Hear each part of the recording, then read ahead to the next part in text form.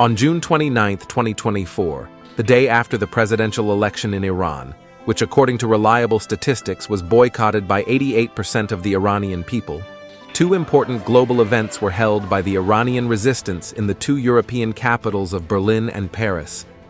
In Berlin, tens of thousands of Iranians from all over the world gathered in the Bebelplatz Square to support Mojahedin, MEK, and Iranian people's organized resistance and call for regime change in Iran. Prominent international and German personalities spoke in this gathering and demonstration. The speakers called the Iranian people's boycott of the regime's elections a brave act and supported the change of the Iranian regime as the only solution to the Middle East crisis and war in wider dimensions. At the same time, in Paris, three-day summit of Free Iran 2024 began with the presence of dozens of international political and legal figures. The opening speaker of the event was Mrs. Mariam Rajavi, the president-elect of the National Council of Resistance of Iran, NCRI. Referring to the boycott of the elections in Iran, she said that the people of Iran declared in the clearest way that our vote was overthrow the regime. Mrs. Rajavi stressed on the Iranian resistance and the people's Mojahedin. در نبرد با دیکتاتوری های شاه و شیخ که به زودی وارد 60مین سال خود می شود. جنبشی در رزم و رنج وقف ناپذیر با شکنجه و زندان و حلق‌آویز و تیرباران و خانه به دوشی دائمی. Mike Pence, the 48th U.S. Vice President, emphasized that the Iranian regime fears the Iranian resistance more than anything. My wife and I have been to Ashraf 3 in Albania. I've spoken with the survivors who sacrificed for freedom. I've looked through the pages of the Book of the Fallen. I know the MEK is ready to lead. I want the wider world to understand that MEK and the NCRI share the same values that Western nations hold dear. Secretary Mike Pompeo, another key speaker of the summit, emphasized that mullahs cannot destroy the spirit of the Iranian people, referring to his visit to Ashraf 3 in Albania. He said, I saw this when I visited Ashraf 3, and I was reminded of it too. I was encouraged. I never forget being showed the red-covered book. Its pages contained the names of the tens of thousands of people who had been martyred, who had been killed by this regime. But a noble cause cannot be destroyed. And I know that none of you will let that happen. And your cause is indeed noble. In their joint message to the summit, the American senators, Tom Tillis and Jeanne Shaheen, said, "The United States stands with you in your fight for freedom and democracy. That's why Senator Shaheen and I have recently introduced the Senate Resolution 599 calling on the protection of the Iranian political refugees in Ashraf 3 in rejection of the Iranian regime's demands and stating that they must be afforded their fundamental rights of freedom of expression and of assembly and legal political activities in Albania."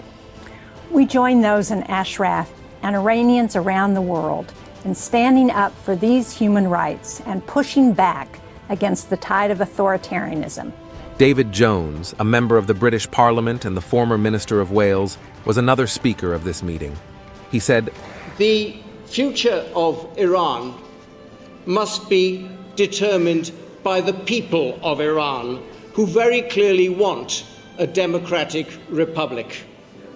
And that will only be achieved through an organized democratic resistance movement exemplified by Madam Rajavi and the NCRI. We are fast approaching the day when Iran will be free." Thank you very much. General James Jones, President Obama's national security advisor, said in his speech, "The global community must be far, far more in support of the future envisioned by Mrs. Rajavi and the NCRI set forth in the 10-point plan that has been discussed already. In fact, so fearful is the regime by the power of ideas and ideals for which the NCRI and organized resistance stands, it has relentlessly terrorized and attack them and their supporters. Other speakers of this meeting were Congresswoman Mays and Congressman Raoul. We must also ensure the safety of all men and women in Camp Ashraf 3. They deserve the rights stipulated in the Geneva Convention and the European Convention on Human Rights, including the rights to life, the rights to liberty, security, freedom of expression, and assembly. In the U.S. House of Representatives, I'm one of many co-sponsors on the House resolution, the bipartisan House resolution HRES 1148. This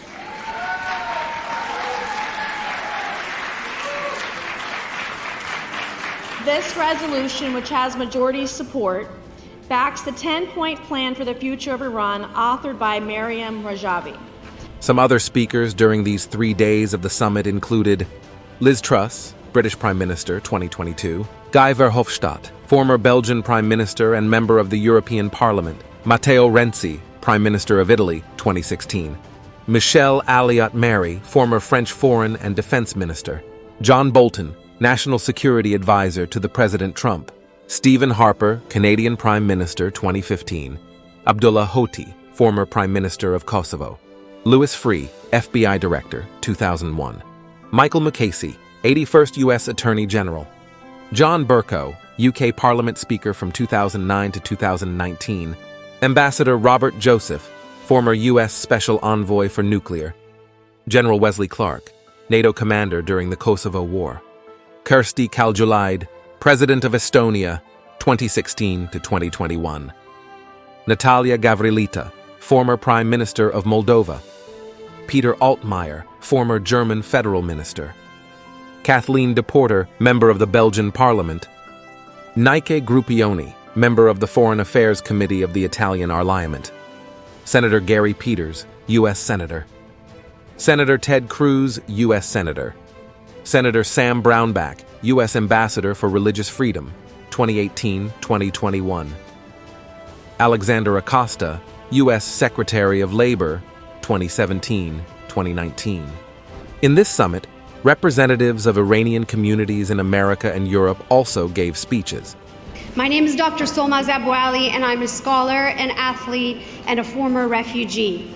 I received my PhD in the United States in the field of conflict resolution and am a three-time world champion and 15-time U.S. national champion in traditional karate. We see no other movement that has bled, that has sacrificed, that has survived, and has inspired and empowered generations of men and women, boys and girls, toward the realization of a free Iran. This is the foundation that Mrs. Rajavi has sown, and in my book, she is the real champion.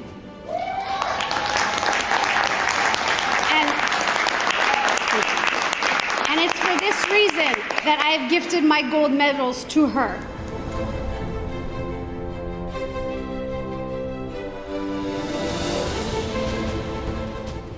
Another high point of the summit was when David Jones from the British Parliament announced as an extraordinary achievement that more than 4,000 parliamentarians from 50 countries and 84 parliaments from all over the world supported Mrs. Rajavi's 10-point plan and the efforts of the resistance units to establish the Democratic Republic of Iran.